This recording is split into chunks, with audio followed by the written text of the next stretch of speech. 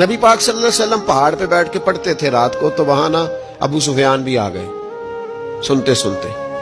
کیونکہ انہوں نے پابندی لگائی ہوئی تھی کہ کوئی بھی بندہ وہاں نہ جائے، سوشل بائیکاٹ معاذ اللہ کیا ہوا تھا، کوئی نہ ادھر جائے، تو سنتے سنتے ابو سفیان آ گئے۔ کہتے ہیں حضور قرآن پاک پڑھ رہے تھے تو مجھے لطف بڑا آیا سننے کا،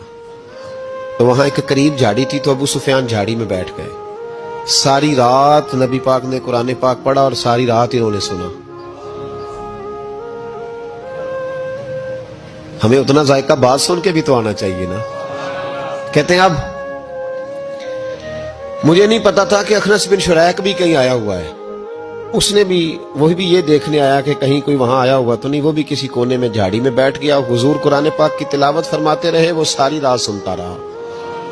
ادھر سے کہیں ابو جال بھی آ گیا، پتھر دل تھا، پر میرے مصطفیٰ قرآن پڑھتے تھے تو کان اس کے بھی کھڑے ہو جایا کرتے تھے۔